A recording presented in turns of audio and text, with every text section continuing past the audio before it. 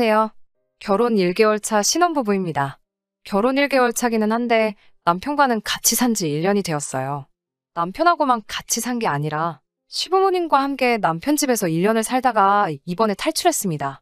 유튜브에서 짠돌이 남편 사연 듣다가 제 이야기도 남다른 사연이라는 생각이 들어서 이렇게 사연 한번 적어봤습니다. 제 사연 들어주시고 남일이 아니라 자기 이야기다 생각하시고 화끈하게 욕이나 한마디 보태주세요. 사실 결혼식을 작년 초에 했었어야 했는데 시국이 이렇다 보니 인원 제한이다 뭐다한 이유로 미루다가 이 사단이 나서 당초 계획보다 1년이 더 지난 한 달 전쯤에 시아버지 없이 식을 올려버리게 되었어요. 시아버지 빼놓고 결혼식을 하게 된 사연을 한번 이야기해볼까 합니다. 그럼 곧바로 이야기 시작해볼게요. 저희 시아버지는 엄청난 구두쇠이십니다. 시어머니는 괜찮으신 편인데 시아버지가 정말 엄청나세요. 이미 두 분 다 오래전에 은퇴하셨고 연금 받으시는 금액이나 현재 살고 계신 아파트만 봐도 돈도 꽤나 있으신 것 같은데요. 재산이 얼마신지는 정확하게는 남편도 알지 못해요. 유산 노리고 효도하는 꼬라지는 도무지 못 보시겠다고 알려주지 않으셨대요. 유산 때문에 더 효도하고 싶은 생각도 없고 저도 남편도 맞벌이 부부를 할 계획이기 때문에 딱히 하려고 해도 시간도 없을 텐데 말이에요. 혹시나 해서 적어보지만 시가 재산을 노리고 결혼을 결심한 것도 아닙니다. 친정부모님도 이미 저 결혼하기 전에 노후 준비가 다 되어 있으셨어요. 남편이 대기업을 다니고 있긴 한데 저도 남편 정도는 아니지만 나름 튼튼한 회사에 다니고 있고 입사 4년 차에 현재 과장 타이틀 달고 있습니다. 애초에 결혼 이야기 나올 때 양가 지원 하나도 없이 결혼하기로 했고 저나 신랑이나 일 시작하고 난 뒤부터 모아놓은 돈이 상당했기 때문에 한쪽으로 기우는 결혼을 한 것도 아니에요. 아무튼 시아버지께서 결혼식을 미루자고 한 이유도 어이가 없어요. 여태까지 축의금 뿌린 것들 본전 회수하려면 여러 명 모일 때 해야 한다고 하시더라고요. 제가 요즘은 인원 제한 때문에 상황을 다들 이해하기 때문에 계좌로 축의금을 전달하는 게 일반적이라는 말씀을 드렸는데도 그 자식들 어떻게 믿고 안 보내면 그만인데 손해보면 제가 책임질 거냐면서 인원 제한 풀릴 때까지 굳이 날짜를 미루자고 하시더라고요. 남편도 어차피 그분들이 결혼식에 안 오면 못 받을 돈이지 않냐고 똑같은 상황이지 않느냐 말씀드려도 절대로 인원 제한이 풀릴 때까지 식을 올릴 생각이 없다고 하셨어요. 짠돌이 시아버지에 관한 에피소드가 하나 더 있어요. 처음 양가 상견례를 하는 날이었어요. 친정부모님이 예약하신 한정식집에서 상견례를 했습니다. 시아버지가 상견례 날 보인 행동에 정말 어떤 의미로는 존경스럽다는 생각까지 들 정도였어요. 식전 음식으로 전복죽이 나왔는데 이미 전복죽이 나온 상황부터 음식에 손을 하나도 안 대시고 계셨어요. 전복죽이 나오고 나서 계란찜부터 시작해서 여러 가지 음식들이 들어오는데 그때부터 식사를 시작하시더라고요. 처음에는 그냥 죽을 안 좋아하시는가 보다 했는데 서빙하시는 분께서 치워드릴까요? 하고 물어보니 가만 냅두라고 하시더라고요. 메인 요리부터 탕까지 음식이 나오기 시작했는데 아파피 인원수대로 차려진 음식들을 전부 옆으로 밀어두시고 공깃밥을 하나 추가하시더라고요. 그러시고는 밑반찬을 계속 리필하시면서 메인 요리에는 손 하나도 대지 않으시고 식사를 이어가셨어요. 그 모습에 저희 어머니가 조금 당황하셨어요. 음식이 입에 안 맞으시냐 여쭤봤는데 엄지를 척 올리시면서 아주 맛있다고 하시면서도 메인 요리인 갈비찜이나 탕에는 끝까지 손을 대지 않으셨어요. 그걸 저희 가족들이 불편하게 하고 있으니 남편이 보다 못해 시아버지께 갈비찜도 아주 맛있으니 한번 드셔보라고 하더라고요. 갈비찜 좋아하시지 않느냐며 왜 안 드시냐고 물었는데 남편의 말을 듣더니 그래? 그럼 한 입만 줘봐라 하시면서 남편 앞으로 나온 갈비찜을 집어가셨어요. 진짜 맛있다고 하시면서 이번엔 시어머니 앞에 차려진 갈비찜을 몇 개 덜어가시고 다 드신 공깃밥 빈 그릇에다가 탕도 덜어가시더라고요. 시어머니가 저희 가족 보기가 부끄러우셨는지 왜 자기 거 안 먹고 남의 걸 자꾸 뺏어먹냐고 뭐라 한마디 하시니 이건 포장해 가서 집에 가서 드실 거라고 하시더군요. 밑반찬은 리필이 되니 공깃밥하고 밑반찬만으로 상견례 자리에서 끼니를 때우시고 메인 요리들은 포장해 가서 저녁 식사로 드실 요량이었나 봐요. 그때는 그냥 절약 정신이 너무 투철해서 유별나신 분인가 보다 했어요. 물론 그 행동이 상견례 자리에서 어울리는 매너는 아니었지만 그냥 그 유별났던 모습이 추억거리처럼 남을 줄 알고 넘겼던 게 화근이었던 거죠. 아무튼 본의 아니게 결혼식이 미뤄지다 보니까 또 다른 고민이 생기더라고요. 집값이 하루가 다르게 오르는 게 너무 큰 걱정이었어요. 서울 아파트 값은 오늘이 제일 싸다는 말이 있잖아요. 양가에 문제가 있어서 결혼이 미뤄지는 것도 아니고 축의금 얼마 더 받기 위해서 결혼을 미룬다는 게 오르는 집값을 생각해보면 더 큰 손해라는 생각이 들었어요. 당시에 저랑 남편이 모은 돈을 합치면 2억 5천 정도 되었는데 2억 정도만 더 대출을 받으면 작은 평수의 구축이지만 그래도 원하던 지역에 아파트를 구할 수 있었어요. 그런데 시아버지가 신혼집을 미리 구하는 걸 반대를 하시게 됩니다. 양가 지원 없이 결혼하기로 이미 정해져 있었는데 대출을 받는 게 집안의 수치라고 하시면서 만약 대출을 받을 경우에는 절대로 이 결혼을 허락하지 않으시겠다고 엄포를 놓으셨어요. 불편함을 조금만 감내한다면 대출 없이 집을 충분히 구할 수 있다고 하시며 요즘 젊은이들은 끈기가 없는 게 문제라고 하시더군요. 자기는 일평생을 빚 없이 지내왔다고 이자로 버리는 돈이 세상에서 제일 아까운 게 아니냐며 저희가 신혼집을 구하는 걸 엄청나게 반대하셨어요. 대출받는 게 은행만 좋은 거지 누구 좋으라고 하는 건지 모르겠다는 말도 안 되는 논리를 펼치셨어요. 신도시 쪽 아파트도 생각해봤는데 출퇴근거리나 그런 걸 생각해보면 아무래도 더 손해겠더라고요. 신도시에 살면 자동차가 거의 필수이기도 하고 신랑도 저도 차 없이 대중교통을 이용하는데 돈에 맞춰서 집을 구하고 자동차 2대를 사자니 그건 배보다 배꼽이 더 커지는 상황이었거든요. 대출금 가지고도 저렇게 노발대발이신데 당연히 월세 사는 걸 용납하실 분도 아니셨죠. 그래서 출퇴근 거리를 이유로 상황이 이러하니 대출을 받아야겠다고 남편과 함께 시아버지 허락을 받으러 갔는데 시아버지가 뜬금없이 합가를 제안하셨어요. 결혼 시작부터 시부모님을 모시고 살고 싶은 생각은 없었는데 시아버지도 그 부분에 대해선 생각이 이미 있으셨는지 집만 같이 쓰는 거지 합가를 하는 대신 생활비며 용돈, 공과금 같은 거 단 한 푼도 받을 생각 없으니 들어와서 돈을 모아 살라고 제안을 하시더라고요. 여태까지 그 누구도 시아버지 고집을 꺾은 적이 없었고 시아버지의 제안도 제안이지만 아파트 위치가 너무나도 좋았기 때문에 조금 고민이 되었는데 시어머니가 그 제안에 쐐기를 박아주셨어요.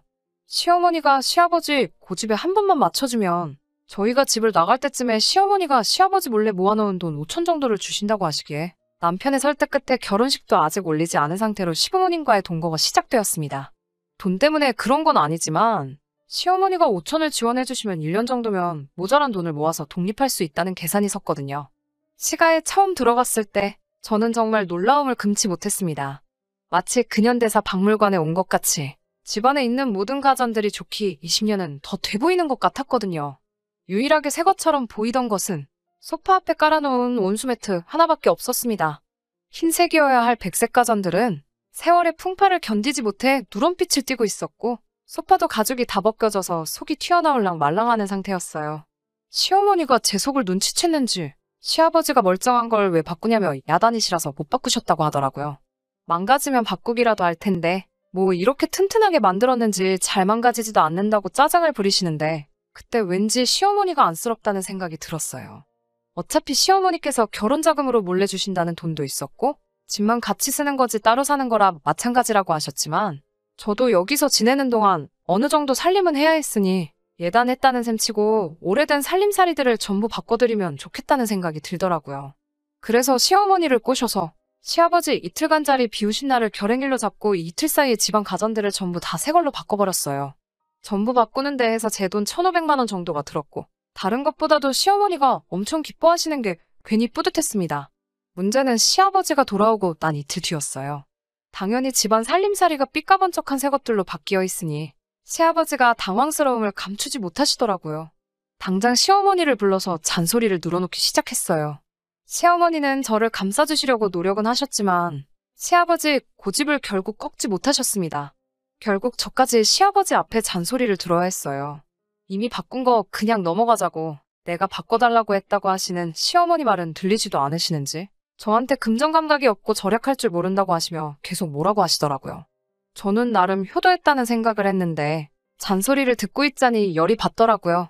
그때부터 시아버지의 유치한 복수가 시작되었습니다. 10월 말쯤에 거리두기 제한이 완화되어서 이제서야 결혼식을 올리나 했는데 그것도 턱도 없다며 무조건 반대를 외치시더군요. 이미 늦어질 대로 늦어진 거? 저도 언제까지 반대하시려나 보려고 이 부분에 대해서는 별다른 말을 하지 않았습니다. 하지만 본격적인 추위가 시작하는 겨울이 되고 나서 정말 참을 수 없는 일이 생기고 말았습니다. 겨울이 되면서 날이 많이 추워졌어요. 시가에 같이 살게 되면서 원래는 남편이 혼자 쓰던 방을 같이 썼는데 조금 불편한 부분이 없지 않아 있더라고요. 아직 식도 올리지 않았다는 게 마음에 걸리기도 했고 남편이 쓰는 방 바로 맞은편이 시부모님이 쓰는 안방이라서 소리가 그래서 화장실이 가까운 현관문 근처 방을 제가 쓰기로 하면서 신랑과는 각방을 쓰게 되었습니다. 제가 각방을 쓴다는 이유로 으스대시면서 방을 한 개 더 쓰니까 방세를 받아야겠다고 제 얼굴을 볼 때마다 말씀하셨어요. 물론 실제로 받지는 않으셨지만 그것만으로도 스트레스가 이만저만이 아니었습니다. 본격적인 추위가 시작된 11월 말에 사건이 터져버렸습니다. 아침에 일어났는데 몸이 으슬으슬 춥고 방에 냉기가 한가득이더라고요. 베란다가 딸려있는 방이라 우풍이 심한가 싶어서 그냥 넘어갔는데 전에 없던 추위에 정말 요즘 같은 시국에 곧불이라도 걸리겠다 싶더라고요. 보일러는 낮 동안에는 단 1분도 틀어놓지 않는데 자기 전에는 아버님이 전체적으로 다 켜주셨거든요. 분명히 아버님이 보일러를 트는 것까지 제가 확인했는데도 유독 제가 쓰는 방만 계속해서 바닥이 차갑고 그렇게 추웠어요. 하루는 일부러 낮 동안 몰래 보일러를 틀어놓고 바닥이 뜨거워지는 것까지 확인하고 꺼놨습니다. 그리고 그날 저녁에 아버님이 다시 방마다 보일러를 켜주시는 것까지 확인했어요. 하지만 쎄한 느낌이 들어서 불 끄고 침대에 누워서 잠을 안 자고 잠복을 하고 있었습니다. 새벽 2시가 되니 방문이 열리는 소리가 나더라고요. 남편이 화장실에 가는 걸 수도 있겠다 싶어서 인기척이 사라질 때까지 기다렸다가 몰래 밖으로 나와봤어요. 예상한 대로 제 방에 보일러만 꺼져 있더라고요. 누가 그랬는지는 안 봐도 뻔했어요. 그 자리에서 바로 온 집안 식구들을 깨워 난리를 치고 싶었지만 확실한 증거를 찾기 위해 하루 더 숨죽여 기다려보기로 했습니다. 그리고 다음날 새벽 어김없이 제 방에 보일러를 끄고 계신 시아버지를 현장 검거할 수 있었어요. 보일러를 몰래 끄고 계신 와중에 거실 불이 환하게 켜지고 핸드폰으로 그 장면을 찍고 있는 저를 맞닥뜨렸을 때 자지러지게 놀라며 당황하시던 시아버지 표정이 아직도 생생하네요. 남편도 시어머니도 너무한 거 아니냐는 듯이 시아버지를 몰아가니 제가 추워 보여서 보일러를 높여주러 나온 거라 변명하시던 시아버지가 결국 폭발을 하면서 제 탓을 하기 시작하더군요. 제 해픈 씀씀이를 바로잡아주기 위해서 절약하는 법을 알려주려 보일러를 껐다는 말도 안 되는 변명을 늘어놓으셨어요. 제가 감기라도 걸려서 회사에 못 나가게 되면 어떻게 하실 거냐 따져 물으니 시아버지가 참다 폭발하시며 너같이 해픈 사람을 집에 들일 수 없다고 당장 내 집에서 나가라고 소리를 치시더군요. 저도 여태까지 참아온 게 있기 때문에 이 집의 가전들 전부 다 제 돈 주고 산 제 거라고 이것들 전부 여기에 두고는 갈 생각 없다고 끝까지 버텼어요.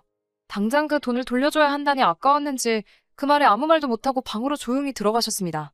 다음날 시아버지는 삐져가지고 아침 대바람부터 나가셨고 그 주 내내 집에 들어오시지 않으셨어요.